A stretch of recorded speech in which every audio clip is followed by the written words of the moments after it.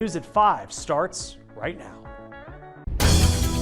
Hey, sir, I'm going to have you step out of the car for me, okay? Accused of driving drunk I do not support drinking and driving. I don't drink and drive. and found to be stone cold sober. I just didn't understand how someone who was completely sober could be led away to the jail. A new lawsuit accuses Loveland police of wrongfully detaining more than a dozen people. We're really only at the tip of the iceberg right now. The president hopes to lower prices at the pump by tapping into oil reserves. And Colorado wheat farmers struggle to keep up with the spike in demand. Farmers don't get to pick our price. I couldn't say if we're going to be able to break even. And we want to quickly get to breaking news at 5. A lawsuit has been filed against Xcel, claiming the company had a role in causing the Marshall Fire.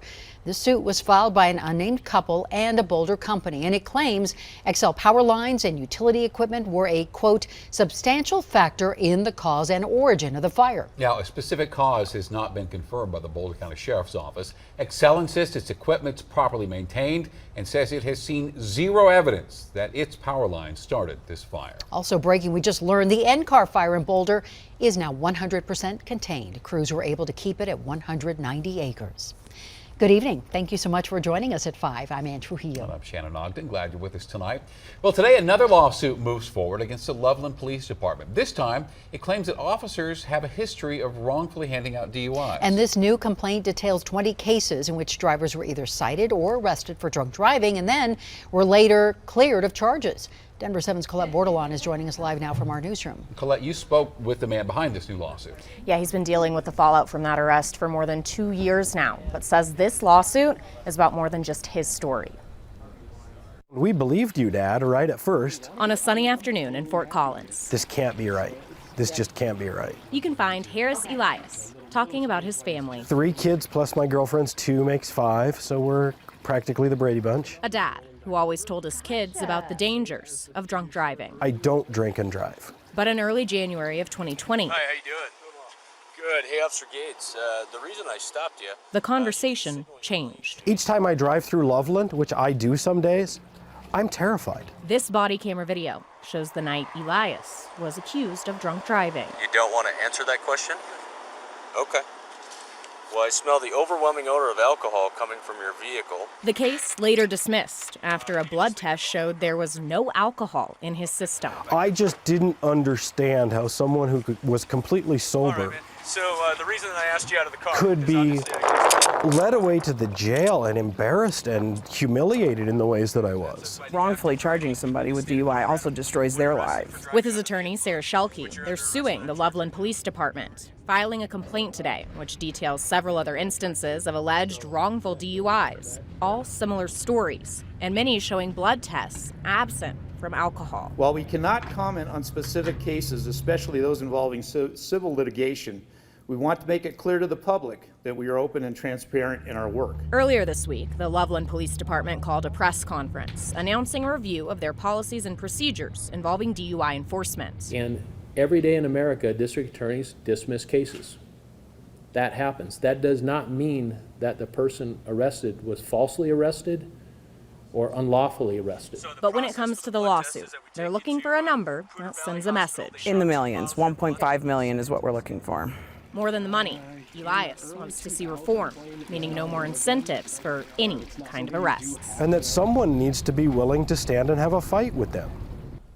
The attorney for Elias says the next step is for the city to file an answer to that complaint. Once that happens, then a court date could be set. Those with the city tell me the officer involved in this case is still with the department in the same role. Live in the newsroom, Colette Bordelon, Denver 7. And we'll be following up, that's for sure. Thank you, Colette. And the attorney behind this case, Sarah Shelkey, has and is representing multiple other lawsuits against Loveland PD, and that includes the arrest of Karen Garner. Remember this, where the city ended up paying her family $3 million. A new round of peace talks scheduled for tomorrow between Ukraine and Russia. Also, we've learned Russian troops are now leaving Chernobyl and the area surrounding that nuclear power plant after soldiers got a, quote, significant dose of radiation from digging trenches in that highly contaminated site. Russian troops seized Chernobyl, you recall, during the first few days of the invasion. Well, today, Russian President Vladimir Putin also responded to reports from the White House claiming that Putin is being lied to by his own military advisors. Putin said in a statement the U.S. simply doesn't understand him and his decision-making. And today, President Biden announced a plan to release 1 million barrels of oil a day from the country's strategic oil reserves to help with surging gas prices. He's also putting pressure on oil companies to increase supplies. This is not the time to sit on record profits. It's time to step up for the good of your country, the good of the world, to invest in immediate production that we need. The national average for gas price hovering around $4.20 per gallon. Colorado's average sits at $3.99. And tonight we are going in depth on oil and diesel prices and the impact the prices are having on Colorado. And you can watch that tonight on Denver 7 News at 10. The cost of food climbed 1.4% last month. This is according to the U.S. Commerce Department. That's the highest in nearly 2 years. And with prices unlikely to come down anytime soon. Denver 7's Veronica Acosta headed east to see how rising costs are impacting Colorado farmers. We're a hard red winter wheat farm. Wheat is a cash crop in Colorado. But right now, it's not driving as much money as you might think, and farmers hoped. There's some similarities to walking a tightrope. Calcivic Farms in Bennett has been around for more than 100 years, producing wheat that makes its way to dinner tables across the state. Hard red winter wheat's used in a lot of your breads. Most of our crop will go to Denver to the Ardent Mills in Commerce City and gets milled into flour, might go to Panera Bread, Papa Murphy's Pizza. So we are glad a lot of our stuff stays local. Despite being thousands of miles from Russia and Ukraine, Calcivic Farms is feeling the impact. The two countries produce a lot of wheat, but are focused on war. Normally, a scenario like this would allow local farmers to reap the benefits, but that's just not happening. Farmers should be dancing and celebrating, and it is a great thing.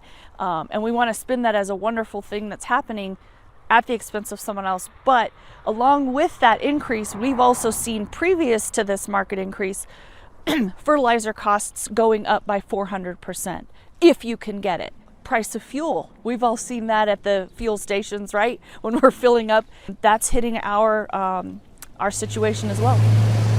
Fertilizer, fuel, and labor costs all up, all important parts of farms necessary to make them run. But it's not just that. The Calcivics don't have any wheat to harvest and sell right now. This is what their fields look like. They plant their crop around September, allow it to grow over the winter, and harvest in July. If you can capture it and you're in a position and you've got crops to be able to capture that price hit, it's great. And of course, there's the lack of moisture. That means less bushels of wheat, which means smaller paychecks for farmers.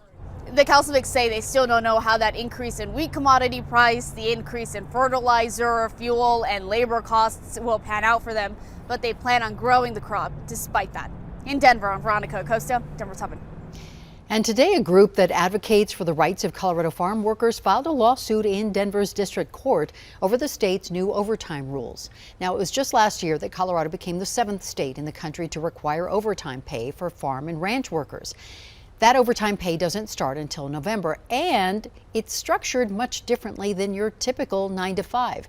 For the first 2 years, overtime won't kick in for farm workers until an employee has worked 60 hours a week, and that will gradually lower to 48 to 56 hours, depending on the size of the employer. Now, this new lawsuit seeks to get farm workers to the same overtime standard as any typical employee here in Colorado. Today, the Feed Colorado food drive wraps up, so here's your chance. We have volunteers taking your calls for donations right now. And these donations will help buy food for people all over the state through Meals on Wheels and the City Harvest Food Bank.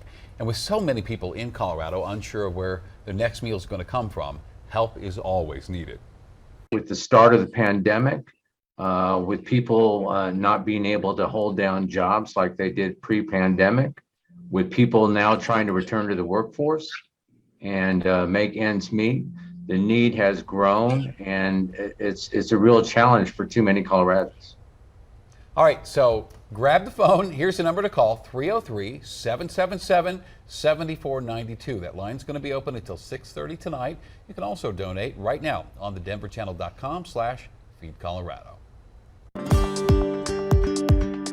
Last year, students weren't able to come out and play on the playground as much and have that kind of social interaction. Recess is for reconnecting. Meet the group helping ease kids back into everyday life. If they're scared to join a group of kids or scared to join a game, I'm there to encourage them. And shooting for the stars. A Boulder native will soon make history as the first Black woman to live and work on the International Space Station. I'm just honored to be a small part of the legacy of Black women astronauts who've come before me. And honoring what makes us unique on this Transgender Day of Visibility. By being visible, we're asking our allies to stand with us